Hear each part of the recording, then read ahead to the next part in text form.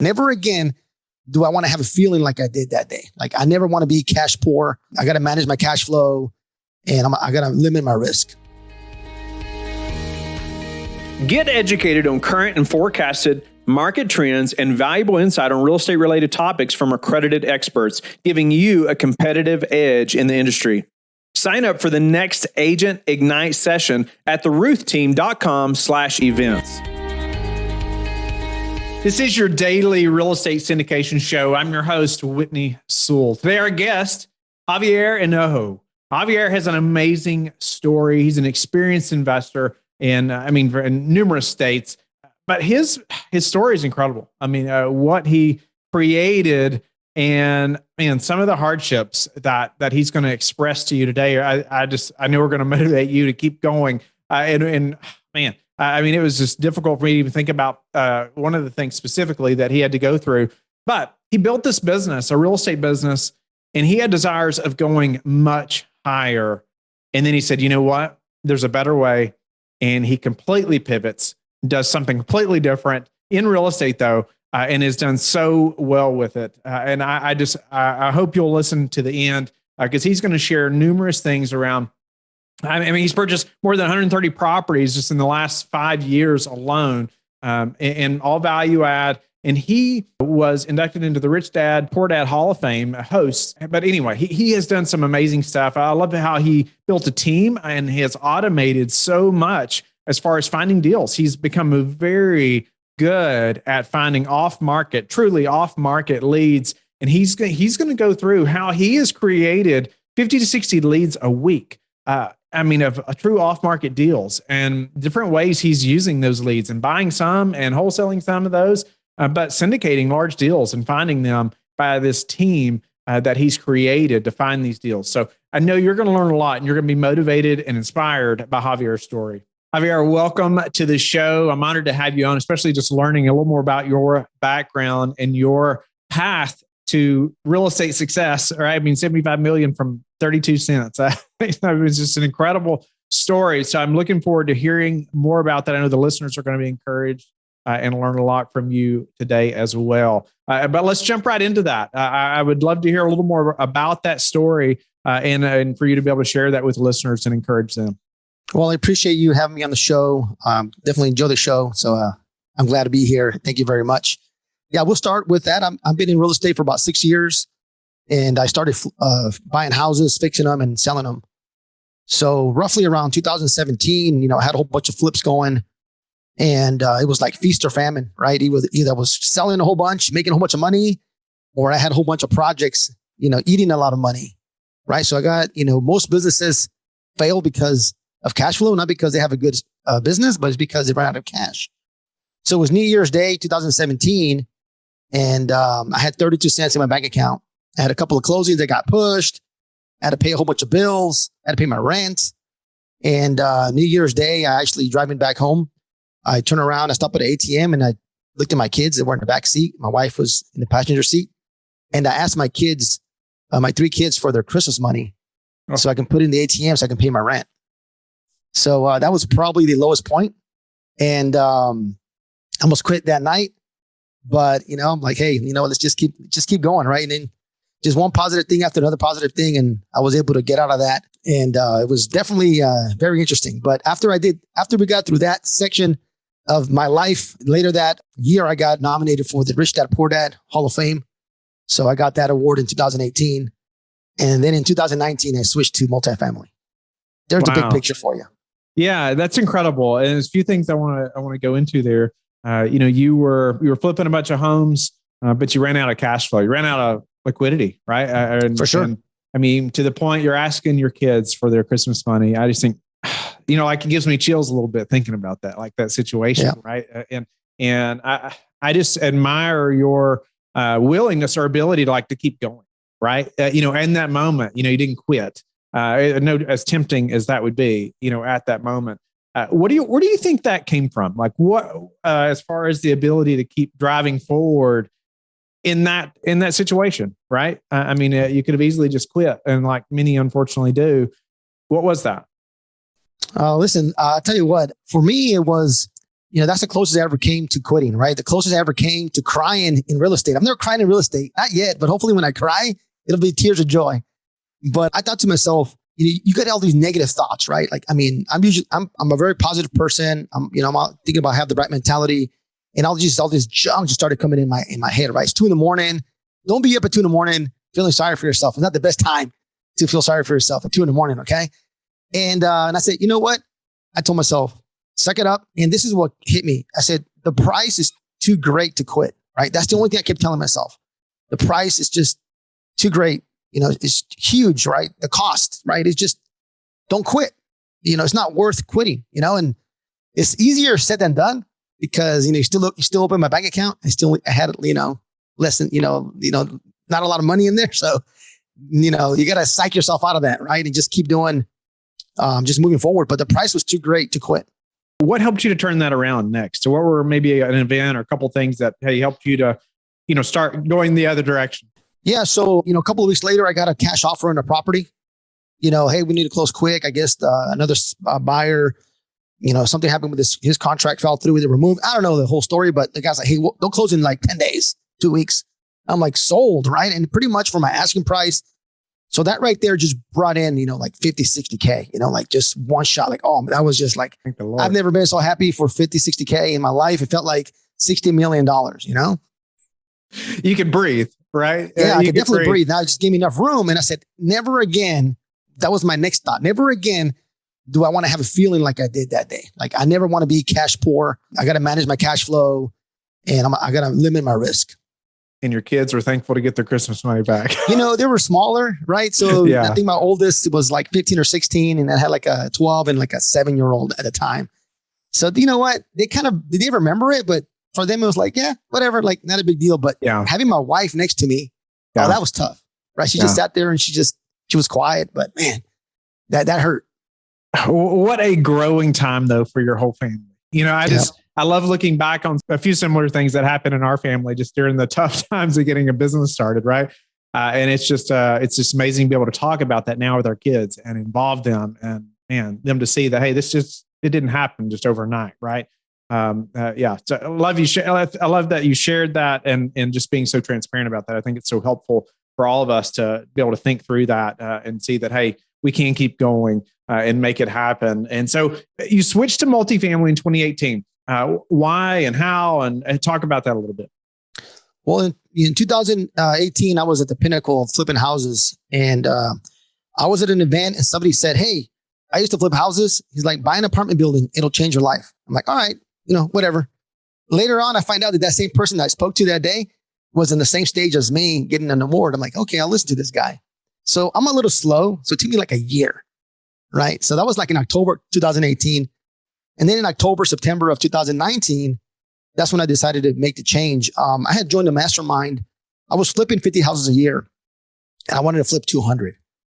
And so my wife and I said, let's go join this mastermind. And with these guys flipping 150, 200, 300 houses a year, I'm like, man, this is great. And I'm sitting there and I'm thinking about the systems and process, the team that I need to flip 200 houses a year. And I'm like, man, I got to fire everybody, great people, but they're not going to take me to the next level. And then it hit me. You know what? Forget that. We're just going to quit. I told my wife that same night. I joined the mastermind to grow my flipping business. In that same first meeting, I told my wife, honey, we're quitting. We're not buying houses no more. We're buying apartment buildings. That was September of 2019. And I said, we're going to buy the first one by the end of the year. Like I had no idea what I was doing, to be honest with you. I just gave myself a timeline. I'll buy the first building by the end of the year. So that was it. That's how we got into multifamily. I never took a course or any formal education. None of that. I just said, okay, this can't be that hard. Let me jump on a project with somebody and learn the process. And that's how I did my first project. Incredible. Sounds like you had it wasn't easy to build a business of flipping 50 homes a year, right? That took a lot of challenges that we've already talked about. But the desire to go to 200, you realize that, hey, to be able to scale to that magnitude, maybe you should just take a different, I was just trying to think through that, the mindset and the thought process of just saying, you know what, I want to get to 200 because that's an amazing goal and to achieve that. But speak a little more to making that decision to say, you know what, I'm not going to go to 200 in flipping homes. I'm going to just pivot altogether. Yep. So I ran the numbers, right? Like, okay, I'm not a math whiz, but I said, okay, if I can get these houses at this price, I can cash flow 200, 300 bucks a month, as long as the HVAC doesn't go out, then goes my cash flow for the year, right? As long as I can't keep my tenant out for 6 months. But let's just say the perfect world, I can cash flow $2,500 bucks, $3,000 a year per house. I'm doing all the math. I said, okay, great. If I want $50K a month in net cash flow, I'm like, holy crap, I got to buy a lot of houses, right? I got to buy a ton. Start doing the math with apartment buildings, multifamily. I'm like, shoot, that's a lot quicker, and scalability was just a lot different. But the key point here was when I was going to go to 50 to 200, something else hit me in the back of my head. It said, hey, you're gonna scale to unhappiness, right? Because it was a grind. Flipping 50 houses a year, it was a grind. Anybody out there that's flipped 1, imagine doing 50, imagine doing 200, right? It was a grind for me, and something in the back of my head said, hey, you're gonna scale into unhappiness. I said, okay, I don't want that. Let's do something different. Scaling to unhappiness. That is interesting. It may not be all that it's cut out to be, right? Correct. The glamour, the fame, right, is not always what everybody thinks it might be. Growing a business to that level, and it's interesting that you saw that and just pivoted completely. So you did that first multifamily deal. Or tell us about that, though. You mentioned that maybe you partnered with somebody else, or you started, kind of watching over somebody else's shoulder, or working with someone. Explain that process a little bit, because the first deal is the hardest. Yeah, I know. Like, first thing I did was start listening to podcasts like yours, right? And started hanging out with people that wanted to do what I wanted to do, right? If I wanted to flip houses, I go hang out with flippers. If I want to own a taco truck, I go hang out with people that have taco trucks. I guarantee you I'll have a taco truck in 6 months. All right. And that's just the way life works, right? Your network. And I said, let me jump on a deal with somebody, a project, right? And then I found a friend of mine who had a 63 unit in Charleston, South Carolina under contract. Hey, what can I do to help? I can help with construction management, due diligence. I'll bring capital to the deal, whatever it is. Let me just learn the process, right? And then I jumped on, I learned the process. I got a small piece of the pie. Then I'm like, okay, great. I can do this, right? Let me put a team together and to start buying our own. It is so much about who you surround yourself with. It's just so true. Somebody asked me the other day about, they're 18, they already have a business and they're doing very well. And they're like, what do I need to do? I'm like, you got to get around the right people. You got to surround yourself first with those people that are where you want to be. And it sounds like that's exactly what you did, Javier. Well, take us through a little bit of that process, moving to the next project, or maybe some challenges that you had to overcome. Yeah. So we went straight into buying multifamily when COVID hit, right? So I'm like, holy crap. We were buying more distressed properties, and pretty much all the bridge lending kind of paused for a little bit. Like, nobody knew what was going on. And so that was a little bit concerning for us, but we still kept at it. We're like, okay, let's just get a bigger, if the world crashes here, well, let's just get a better deal. Right. So as crazy as it sounds, we started wanting to buy like just better projects. Right. And then one of the first projects we bought after that was a 72 unit for $1.3 million, that the average rents were like $650, something like that. Right. Even the bank thought it was like a scam, because like, this is too cheap. Right. It was like $16,000 a door. That was in 2020. Right. And we're refinancing out of that right now. And the valuation of that's like $6 million. Right. So it's not a huge $20-30 million project, but that was a nice project to buy. And we just said, hey, let's just buy like, really low basis. Let's come in low. We bought that one. Then we bought another one. Right. We're getting ready to refinance in a couple of months. It's $12-13 million, and we're all in for like $5 million. Things like that. We just started buying as cheap as we could, right? Because I just didn't know any better. Like, so how do I cover myself? Let's make a good purchase. Love that. Tell us some things you've learned about finding those deals that, now you've done numerous projects. Tell us a little bit about, how you're finding deals now and what that looks like. Sure. So half my projects now that we have come just directly from the seller. So, I got a marketing team, we make phone calls, we send emails, we talk to sellers, every single week. We get about, 50, 60, 70 leads every single week. Anybody from like a 10 unit to a 150 unit, right? Just wide range. When we have a conversation with them, we try to, lock up a project, do some creative financing, or just buy it, just straight up buy it from them. Then the other half of our projects have come through connections, right? I partnered with a few folks that they got broker relationships, and then they get like off market kind of pocket listing. They're like, hey, Javier, you want to take this down with it? I'm like, sure. Looks good. Looks like a great project. And I'll partner with you. So I've done, half of them have come to me from other people, and then half we've pretty much sourced them ourselves. Nice. Tell us a little bit about the how you're doing some of that. I mean, the marketing piece to receive 50, 60 leads a week and maybe how many of those are something that actually happens, but walk us through that process a little bit of even getting that kind of leads. Yeah. So I used to do that for single family, right? So I said, okay, let's just get a list, let's list stack, let's go ahead and hit, the most likely to sell sellers, right? And the conversation is a little bit different, right? If you're talking to somebody with 250 units, they're usually already pretty sophisticated. They know the business, they're probably, millionaires for sure. So the conversation is different at talking to somebody who you're buying a $50,000 house that they inherited because, their grandma passed away, right? It's a different conversation, but we just make a lot of phone calls. I mean, we pretty much all day. I have 7 people on the phone calling every day. That's all they do, 8 hours a day and half a day on Saturday. And then I have a closer. He's on every time they connect with somebody, they transfer them over and he'll get the rest of the information and build that rapport. And if it's like a smaller, like a 8 unit, 12, 18 unit, like some of those we're not going to buy, but I have a good database of other investors that want to buy those 20 units and 10 units, right? There's nothing wrong with that. I know people that own 150 units all by themselves, no syndication, and they make really good money. They got some nice cash flow and they're all 12, 18, 20, 40 units, they just bought them throughout the years. So those I'll pass along to other investors. So you said 7 people on the phone, 8 hours a day, and they're calling, like you said, get a list. You're going to attack the ones that are most likely to sell. Let's start right there. Correct. I guess, where do you get the list and what are some of the things that define the ones that are most likely to sell? For sure. Yeah. I mean, we go through the tax record. Like we have our own, I guess you call them data scientist, data engineer.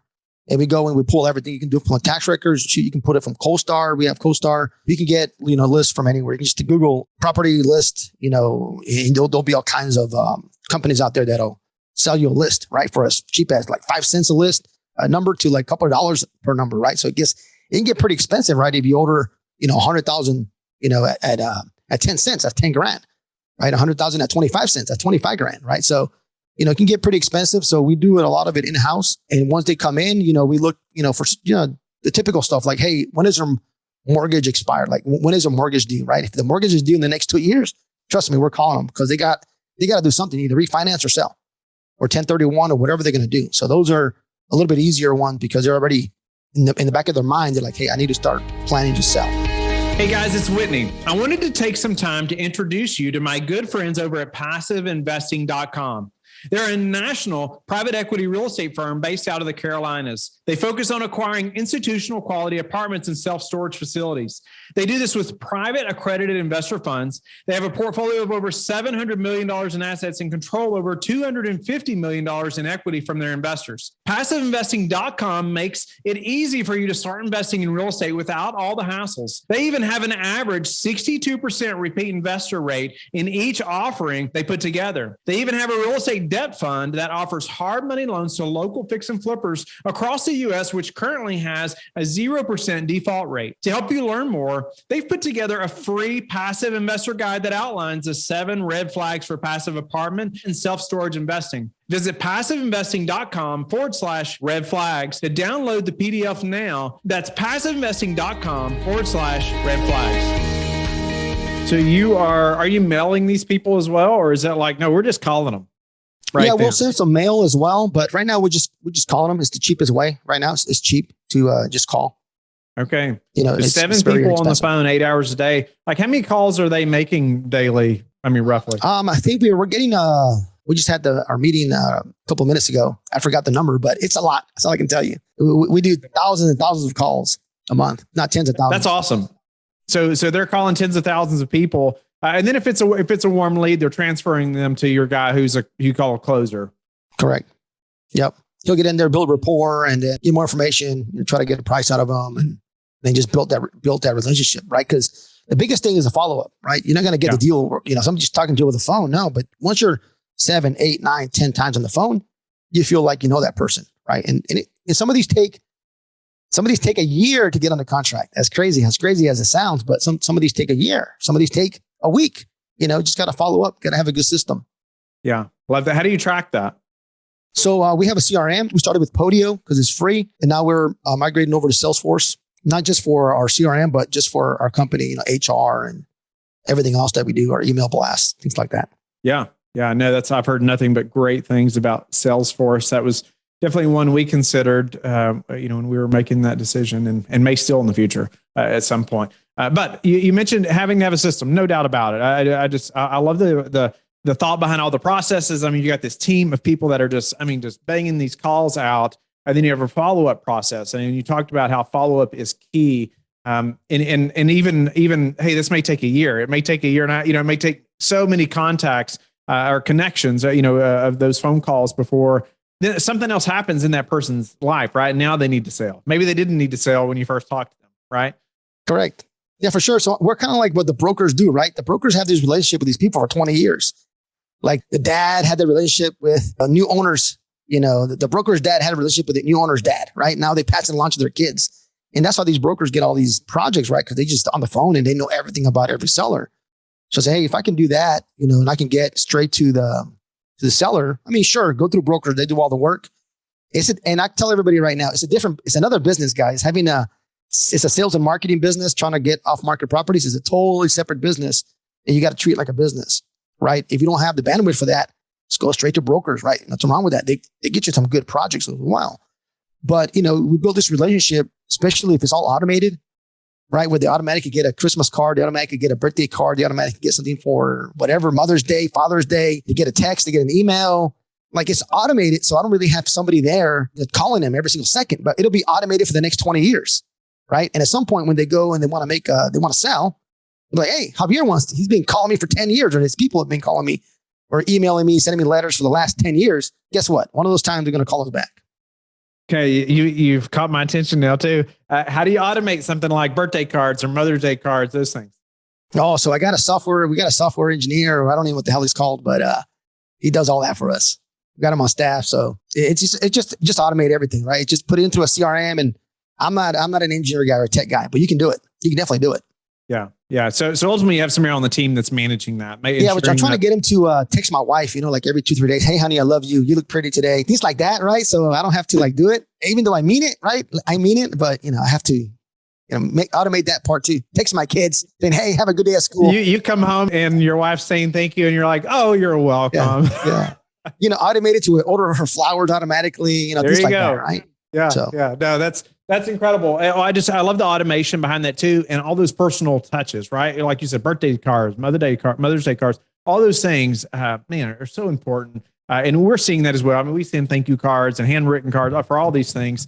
And it's interesting, that the response that we'll often get, I loved the card, it's not that expensive, right? To make that happen. I'm not writing all those, by the way. And if our investors are listening, I'm sorry, but I cannot write all those, right? But we have a team, right, that takes care of things like that. So appreciate those tips. But I go back to the brokers versus, doing this yourself. It's still about relationships, right? I mean, you're building the relationships Correct. Just like a broker would, right? Correct. And so, you're going to do that one way or the other. It's interesting. And so what size deals is like your sweet spot now? It depends, right? So if I'm going to do a syndication, your traditional syndication, the bigger the better, right? If we get a $10 million, $20 million project, it's better, right? I don't want to syndicate smaller projects just because it's a lot of work and, your income per hour drops drastically. So ideally, if I want to do a traditional syndication, 10 million, 15, 20, that'd be great. But I do a lot of projects where I don't know what the right term is. Maybe it's opportunistic, where maybe they're 50% occupied and we can come in and we can buy and be all in at 60, 65 cents on the dollar and then cash out refinance in 2 years. Like that'll be a little bit different, right? Yeah, I'll buy a $3 million, $5 million project on that just because when I structure it with the investors on the ownership side, I'll end up owning a big chunk, like 70, 80% of the whole project. So that gets me kind of a bigger net worth in a way, or a bigger cash flow than even syndicating a $15 million property. Sometimes I can make more money by doing a smaller property, but a different structure. But the investors still make really, if not more money than a traditional syndication. Right. So, yeah. So I got a couple of different models. I'll buy some stuff on my own, but ideally traditional syndication, 10 million plus would be a good number.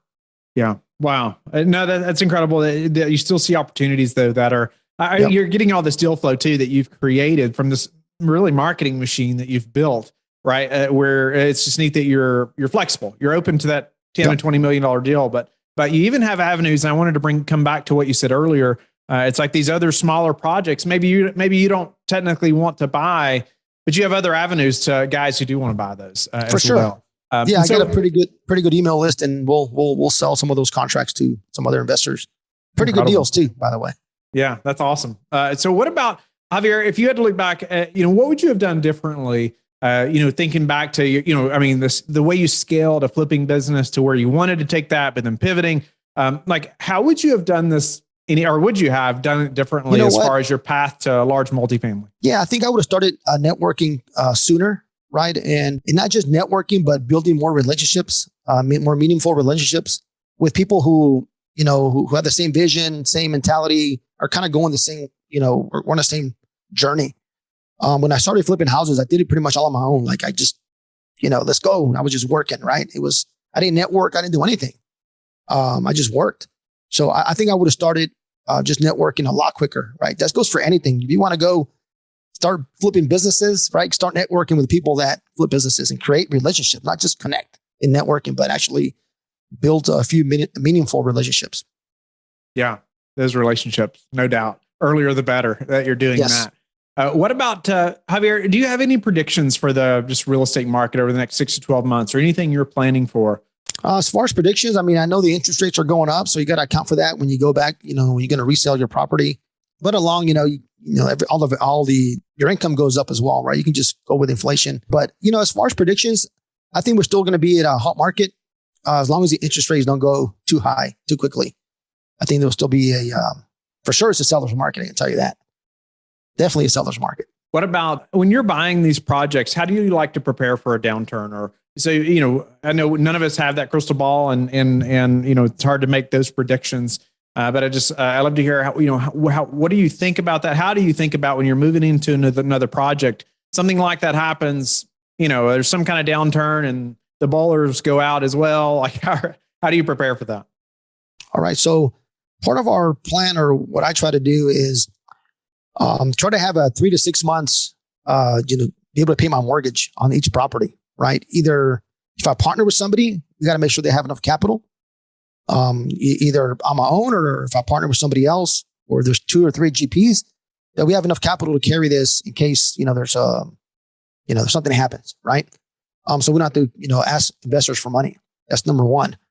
Number two is you buy some cash flowing assets, which is fine. But if you're buying at a tight cap rate, the market switches, the cap rate changes, man, those margins can shrink pretty quickly. So you can buy these prettier properties or more stable cash flowing assets. And then you come on, you buy your cash cows, which are these properties where they're the brain damaged ones, right? All of my gray hair. I call them the brain damaged ones, right? Where you come in, they're 50% occupied and they need $25K every remodel. It takes a lot of work. It takes, not everybody wants to do that kind of lift, but once you do those kind of lifts and you go refinance out, you pretty much have a free property. Number one, you can go on a 70, loan to value, 65% loan to value, and you get some big cash flow. And that'll kind of help offset if the market switches a little bit on the higher end properties. The lower end, you have enough cash flow to hopefully at least carry you through those 2, 3, 4 years of downturn. That's just what I've done. Yeah. And I think it's so wise. And I've had so many conversations with people about like this specific topic. And from what I hear from you, it's like, man, that emergency fund, right? Having some liquidity where you can weather that storm, and especially even across a team, that's even better. Numerous people. Businesses fail. Like I think you mentioned this earlier, right? In the flipping business, like, man, you have no cash flow. Like what happens when, the bowler does go out, right? And so I appreciate that. It's so important. What's your best source for meeting new investors right now? You know what? It's been through social media. Recently, my Instagram account went over 10,000. I was pretty excited about that. And I've only been hitting it hard since last June. So only about 8 months. So social media, any kind of events where it's a multifamily event, it's great. So I recommend that everybody search. There's events all the time, right? And you can go in person or you can do them virtually as well. I like in person, that's just my personality, but I'll do it virtual as well. But just hang out with folks that are doing what you want to do, or they're already doing what you're doing. And it's a great place to network and raise money. Give us a quick tip on growing our Instagram account. Oh, well, just be consistent, right? It's free to post on social media. doesn't cost you anything. Just be consistent. Don't ask for anything, right? Just give value. Be authentic, right? Be who you are. Don't be somebody who you're not. My wife tells me, why'd you put that? I'm like, that's me. Like, what do you want me to do? I can't lie who I am. Somebody meets me in person and they see my social media. They're like, okay, they feel like they've known me forever. Yeah. And just post as much as you can. Like right now, when I hired my marketing manager last year, she's like, how many pieces of content do you want? I said, I want 150 pieces of content per week. She's like, what? We're like at 180, 190 right now. We can easily go to 300 pieces of content every single week across all platforms. But I'm just saving it a little bit. I don't think we can handle the bandwidth. Yeah, that's awesome. Tell me about finding your marketing manager. You know what? That one came through a referral. We have an executive assistant and we were looking for somebody like, hey, I know someone that's worked for this company. That's what she does. And like, okay, let's go steal her.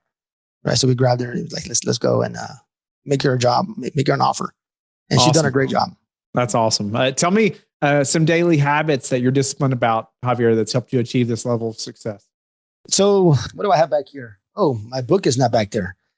So I don't read. It's probably something I should have put on my bio. I've read one book my whole life. I'm 43 years old and it's about a 20-minute read. And it's had a lot of cartoons, pictures on it and big letters. And that's about the only book I've ever read in my life. I skimmed through a whole bunch. Audio books, somewhat. Just try to go through the big picture. But I definitely want my COO to read 2 books a month because he'll be the one implementing and I'm more of the big picture visionary of the company.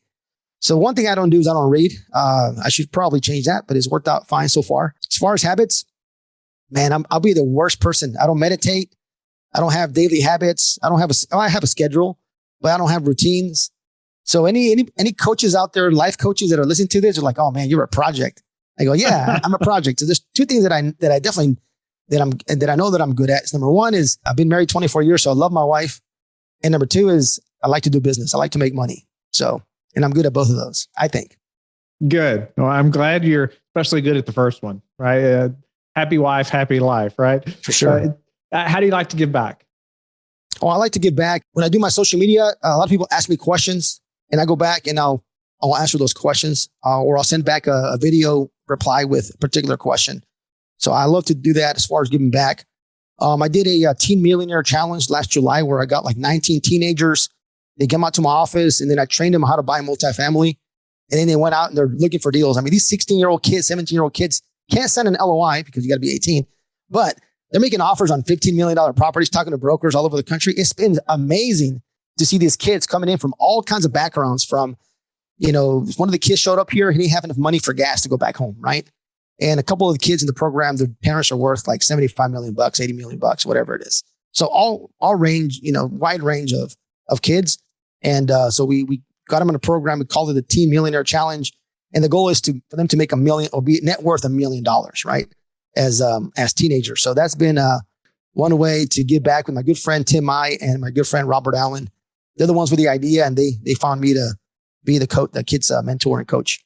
That's incredible. I've not heard of that. That's, man, to have been involved in something like that as a teenager. That is. I know, right? It's like, man, what was I doing when I was 16? Yeah, wow. I don't want to tell anybody what I was doing when I was 16. So.